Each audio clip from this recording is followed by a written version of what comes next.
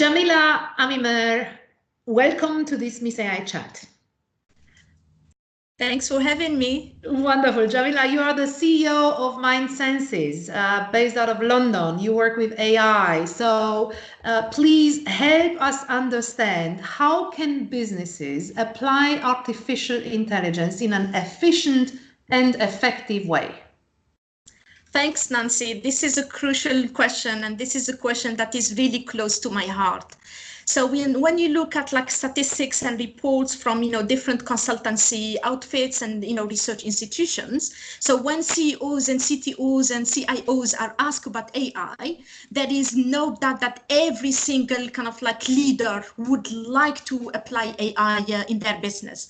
However, when we look at the implementation level, the levels are really, really low. So there is definitely disconnect between what the business wants and what is happening in the ground. And I think kind of some of the reason goes back to really, understanding AI, having the capabilities to deal with it, and, knowing how to integrate it. So kind of this question is really important. So kind of in the work we do in Mind Senses Global, this is exactly kind of what we're trying to help, our clients and businesses. So my suggestion is really going through kind of like a few steps, with them to go through that. So one is scanning. So start by scanning which problem you would like to solve. So the way we see it is we see AI as a means to an end. So in all my discussion with the business, I never start with AI. I always start with the problem. So first scan the problem. And then in there, you can either choose what we call a low-hanging fruit. So you can choose a quick win kind of problem that could be solved like easily, or you can choose a problem that will add the most value to your business. But start by choosing your problem. Once you have identified the area, start then identifying which aspect of AI will be helpful. So we know, and I think kind of like when you are like in a business environment and you are dealing with AI, probably you will be using the machine learning techniques because that's kind of the most advanced kind of part of AI in the business. So know which machine learning technique is the most appropriate for your problem, because one technique may be good for one problem, may be very, very bad for another problem. So identify which AI toolkit is the best for your problem.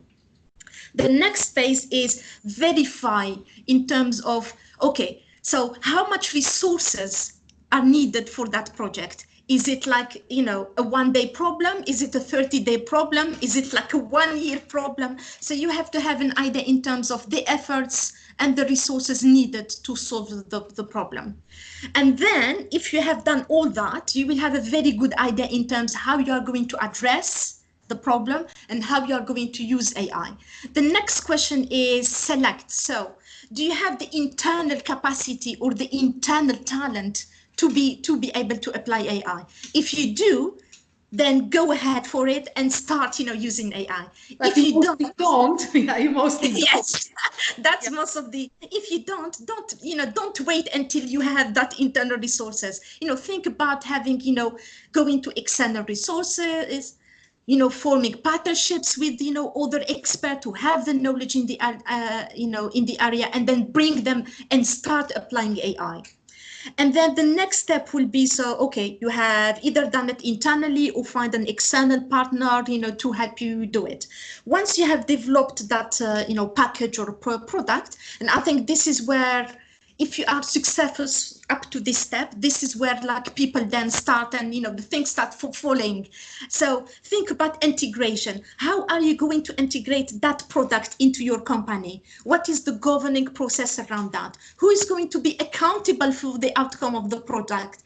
Who from the team, who is going to sign on the outcome? There are like so many kind of questions in terms, because what you need to make sure that you give longevity to your AI product. You don't want to create something that is nice, but then you put it on the shelf because no one has bought into the idea of it. So the whole business integration, the governance around using AI or that particular problem is very, very crucial. And then by doing so and repeating that kind of framework or cycle, this is how you get into a culture where AI becomes part of your DNA rather than something external you would like to impose. That's a very mindful framework, Djamila. I particularly like how you talk about process, people, culture. That's really beautiful, and it's a great and useful framework. And I'm glad we have companies like yours to help companies that need support on that one. And there will be a lot more of this. So thank you for this. Looking forward to the next ones. Thank you. Thank you, Djamila.